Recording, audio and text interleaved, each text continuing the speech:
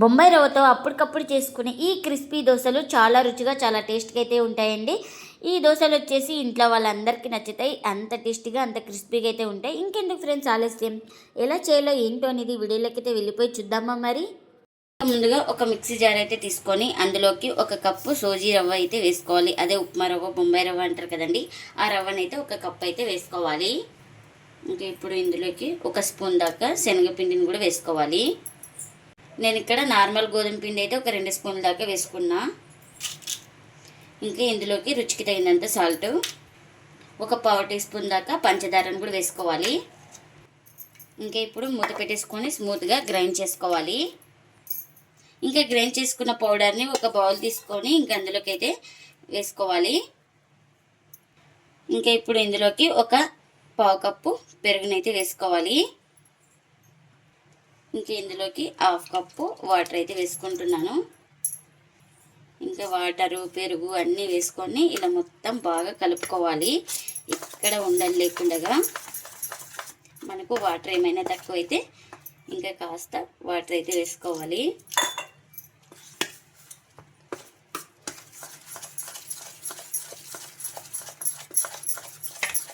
ఇంకా ఇలాంతా బాగా కలుపుకొని ఇంకా ప్లేట్ అయితే పెట్టుకొని ఒక 10 నిమిషాలు మనం పక్కన పెట్టుకుంటే మనకు రవ్వ, పెరుగు అన్నీ బాగా సాఫ్ట్గా నానతాయండి. ఇంకా స్టవ్ అయితే ఆన్ చేసుకొని కడాయి అయితే పెట్టుకున్నాను. అందులోకి కారానికి తగినంత మిర్చిని అయితే వేసుకోవాలి. ఇంకా అలాగే కాస్త ఆయిల్ కూడా వేసుకుంటున్నా.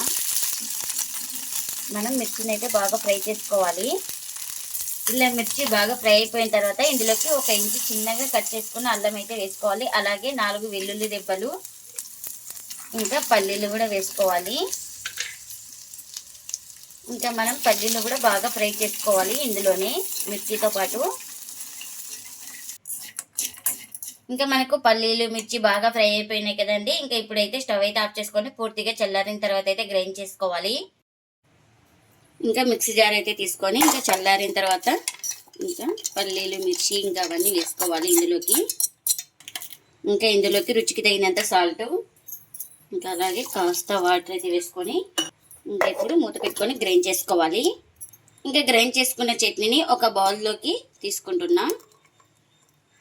ఇంకా ఈ చట్నీకి పోపు కూడా పెట్టుకున్నాను. ఆ పోపుని కూడా చట్నీలో అయితే వేస్తున్నా. ఇంకా మనకు చట్నీ అయితే రెడీ అయిపోయింది. ఇంకా ఒక 10 నిమిషాల తర్వాత అయితే చూపిస్తున్నాను చూడండి. ఇంకా మనకు రవ్వ అయితే బాగా నానింది కదా, ఒకసారి ఇలా బాగా మొత్తం ఇలా బాగా కలుపుకోవాలి. చూడండి మనకు కాస్త వాటర్ అయితే పడుతుంది. ఇంకా ఇందులోకి ఒక పావు టీ స్పూన్ దాకా బేకింగ్ సోడా అయితే వేసుకోవాలి. అదే వంట సోడా అంటారు కదండి. ఇంకా వంట సోడా వేసుకున్న తర్వాత ఇప్పుడు వాటర్ అయితే వేసుకుంటున్నాను. ఇంకా ఈ వాటర్ కూడా వేసుకొని ఇలా మొత్తం బాగా కలుపుకోవాలి. మనకు దోశ బ్యాటర్ ఎలా ఉంటుందో అలా వచ్చే వరకు అయితే పిండిని అయితే బాగా కలుపుకోవాలి.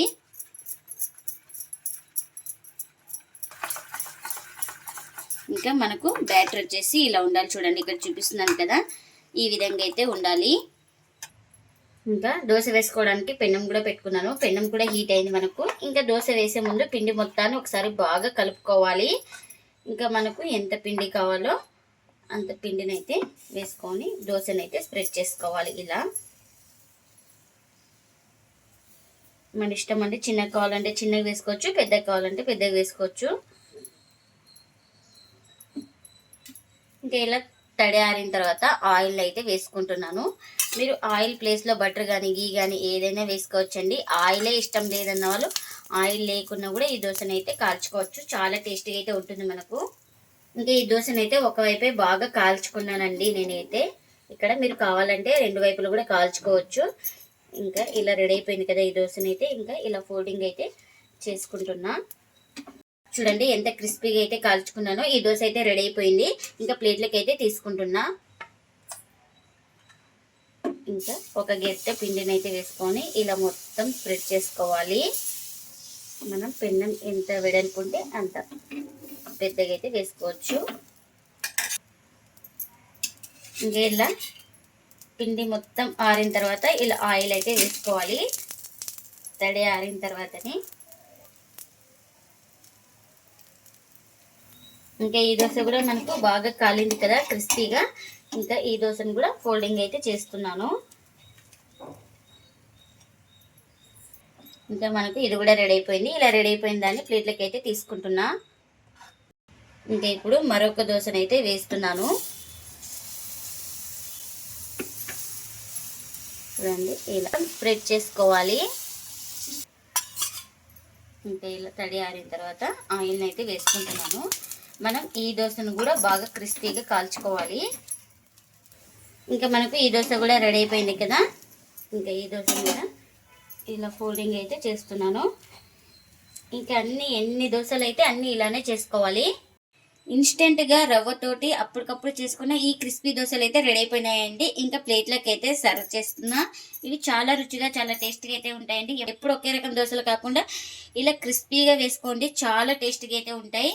ఇంకా ఈ దోశలు అయితే అందరు ఇష్టంగా తింటారండి, అంత టేస్టీగా అయితే ఉంటాయి. ఇంకా చట్నీని కూడా చేసుకున్నాం కదా, చట్నీని కూడా సర్వ్ చేస్తున్నా.